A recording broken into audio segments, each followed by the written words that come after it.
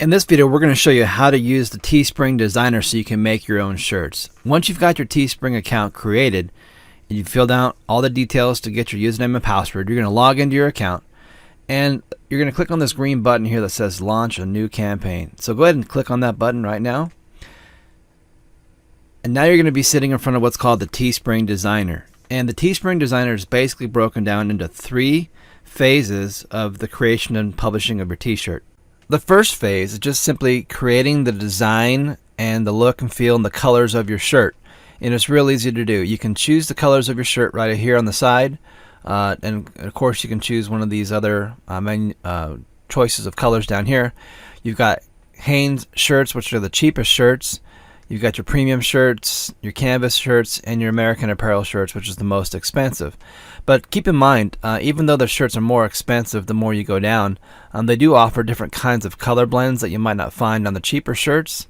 And so depending on what you're going after, you might want to choose some of these other shirts to get the type of color you're looking for. There's also this drop down menu here which lets you choose the different style of a shirt. So you can go with a long sleeve, tank top, hoodie, v-neck, a specialty tee, which is this camo tee, or even a tie-dye type of a tee, which most people don't even realize these are back here. Certain shirts with tie-dyes will sell pretty well, but for the most part I haven't seen them really being super awesome sellers. Women's tees, and then you can again go with the Gildan, the women's fit, and the Bella. And then you've got the premium tees, which are tri-blended and very expensive base costs. So if you're selling a shirt for with one ink, you're going to be paying $11 and then some change just for the base cost of the shirt, compared to going at a basic tee and starting at $6.25. Now people always ask me what's the most popular color to sell shirts with, and by far it's black. So black is hands down the best selling color to start with. And then the most popular ink to put on a black shirt is white. Now I don't really sell white t-shirts. I don't even go there, but they say white is one of the second most popular shirts. Then you've got navy blue, and then you've got, let's see what else is popular. This is kind of an orange color. Red is kind of popular too, but this particular shirt right now doesn't have any red colors in it, so you have to switch to a different shirt type to get more colors. So you just choose the colors and then that's it. You got your shirt selected. So we're just going to stick with black on the Hanes. Now adding content to your shirts is pretty simple. All you have to do is just type text. Hello, Teespring rocks. Okay, now you can't see the text, right? Because it's all black. Because it's got the black font right here, color. You just change this to white, and now you're good. Now you see this red box right here. Everything on your shirt has to fit inside this red box, and otherwise it's not going to print correctly. So you can stretch and make things bigger and smaller, and then center it by clicking on center. It'll automatically center everything for you down here. You can turn things and rotate them, flip them. You can put things behind things. You can duplicate layers, which is what I'd use a lot if I want to keep the font the same exact size. Let's say that we don't like the way this looks because rocks, doesn't look good. What most people do is they hit the return button, and sometimes the spacing between Teespring and rocks is a little bit too much. It looks a little bit unprofessional to me. So what I recommend you do in this case is just delete the word rocks and then move it up a little bit, and then I would duplicate this layer, bring it down just a little bit, and then I would just change this one to rocks, and now it's at the exact same font height as the other one, and we got a little bit less spacing. This looks better. It's really hard to teach people Teespring typography. And what Teespring typography is, or t-shirt typography, means it's correctly using fonts and graphics together to make the shirt look right, to make the shirt look professional, to make the shirt look appealing to the eye, so that someone sees it and they go, oh gosh, I gotta have that shirt. I mean, I've seen so many Teespring campaigns where I go, oh gosh, I would never buy that shirt, because the way the shirt looks and the way it was designed, it just doesn't look professional. It looks like it was made by an amateur. Then again, I've been surprised on stuff I've seen people actually will buy. It's just amazing. And so keep in mind that most of you starting off are not t-shirt designers. Just about every single one of you starting off, you're not a graphics designer. And I can't stress enough, just paying $5 to a designer in Fiverr and having them make a design for you that has the right typography and the right look and feel, so it looks professional on a shirt, is a really, really, really good investment. Okay, don't underestimate that. Now, another thing you can do is you can add your own graphics. So you can make your fonts and your graphics in any kind of a graphics program. And if you go over here, it says upload your own art, or you can search for art that they have. So if you search for art that they have, you can see their most popular designs are right. They keep disappearing. Hello.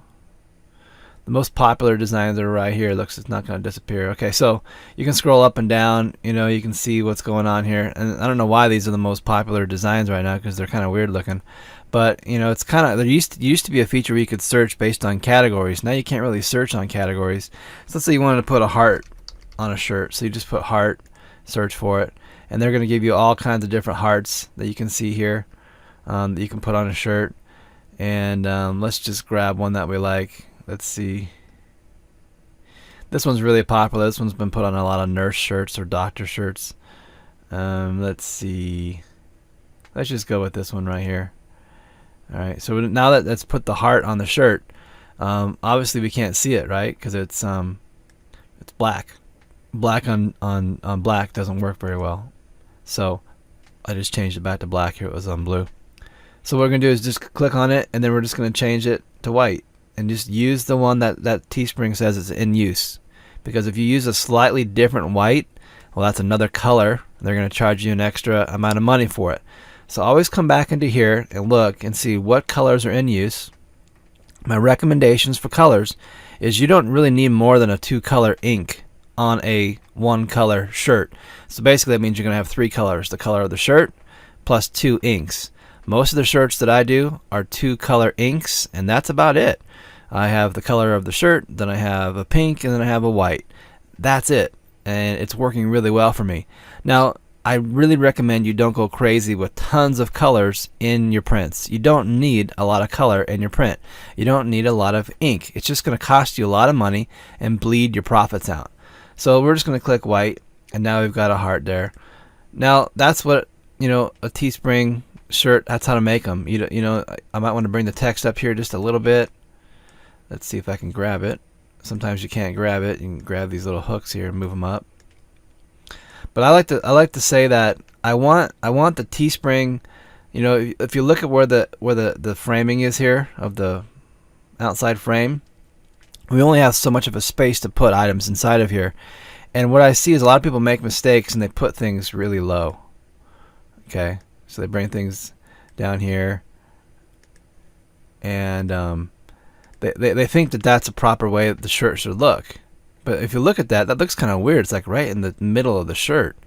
So that, again, it's not really Teespring typography or t-shirt typography, but you just got to understand the correct way to put things on a shirt visually so it looks right. And I like to think of basically the space between the tag, this white tag right here, you know, like we don't want to have the shirt text way too high, so it's just right under the throat and the neck, right? This looks a little bit too high to me. So when you're making shirts, keep in mind that I like to put everything in this little area, this little box right here. So if you picture like a little rectangle right here, the bottom of the sleeve right here, maybe a little bit lower than the bottom of the sleeve, maybe like where this little indentation is right here as you go across. That's, you don't want to have anything really below that, unless it's for some reason you have really long text. But this area down here, don't go below this area and put any text in there. And then you want to have text sitting basically centered between here and the top of the box here. You want to center it so it's all in that spot. Okay, so and you have to eyeball it. You can't really, there's no easy way to do it, so it's going to fit perfectly centered between here and the top. So I just eyeball it, and to me that looks a little bit too low, so I'm just going to move it up a little bit more.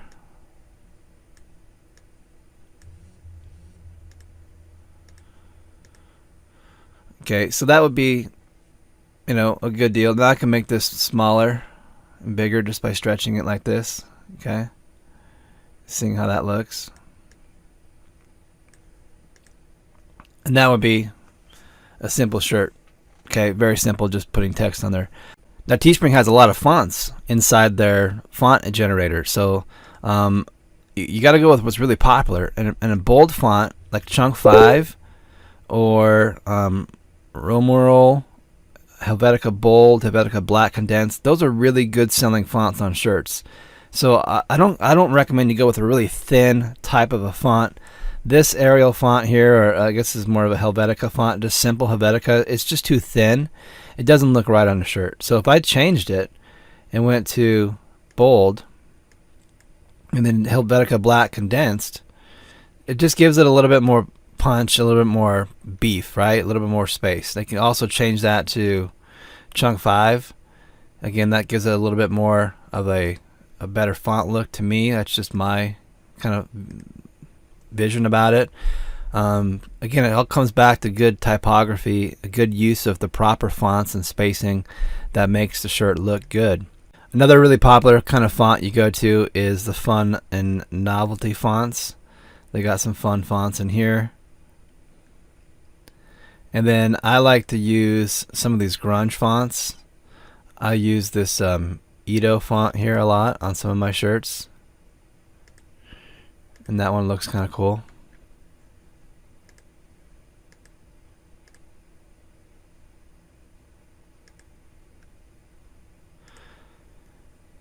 Now the biggest thing that I got to tell you about selling shirts is if I got a lot of advice I could just be giving here, but if they can't read what the text is on the shirt on the Facebook ad you're going to put on Facebook, because you're going to actually take this shirt and you're going to put this shirt in an ad on Facebook, in a Facebook ad, and if they can't read what the text says, they're never going to buy the shirt. They're just never going to buy it. So if your text is too small and it's a lot of text and they can't see what it says, they will just not buy your shirt. No one will buy a shirt on the internet where they can't read everything on there. So in this case, I'm going to make this bigger. Okay, now since I don't know how big I made that, I'm just going to go ahead and delete this one below it. Click on this one, duplicate it, and bring it down. And now I can change it. And now I'm matching the font sizes. So that duplication tool is really cool. So you want to make sure your fonts are big enough so that I would not say they always have to go all the way across the space here and fill the space in. Okay, I mean technically if that was the truth, then you want to be taking all your text and always going across like that. You know, that's not proper, not needed, and I know I'm not going to make this the right size, but that's okay. Just be careful when you're doing this that you make sure that the font type is big enough and clear enough so it can be read, and it's just not too small where you're not going to be able to be seen on a shirt. And you can upload your own art. So if you have your own files, let's say, click here, it's going to give you some best results right down here. The maximum file size, 5 megabytes. The types of file types you can upload is JPEG, PNG, and an EPS. And the maximum dimensions they want is 3,000 pixels for JPEGs and PNG files. And by uploading an image, you agree that you hold the right to produce and sell the image. So, you know, that means copyrights and trademarks and infringements. So you want to make sure that you have the right to use this image. If you bought it from a royalty-free website or you purchased it from a stock photography site, they're going to have terms and conditions on the commercial use of those images, and make sure you understand that. You can't just go to Google Images, find a vector that maybe is just sitting there on the Google Images and just put it into your shirt. There's rules about that, so you got to be careful about that, and you got to make sure you're not infringing on someone's existing designs that people normally pay for, and you didn't pay for it. So I highly recommend you just pay for good designs, and you pay for images, and you pay for the things you want to put on a shirt, and don't mess around and skirt legalities, because it can come back to bite you in the butt down the road. So you click here to upload. Let's see if I got some vectors I can upload here. All right, so here's some graphics I've got right here for one of my shirts that we were trying out. This is for multiple sclerosis. This is for breast cancer. This one is for AIDS, and this one is for Alzheimer's, I believe. So these are for like walks and runs and things like that. So these go on a white shirt, but just so you know. So what we're going to do is we're going to add this one on here. Now you see that the design doesn't show up very well because it's got some colors that don't work on a black background because it's got black text.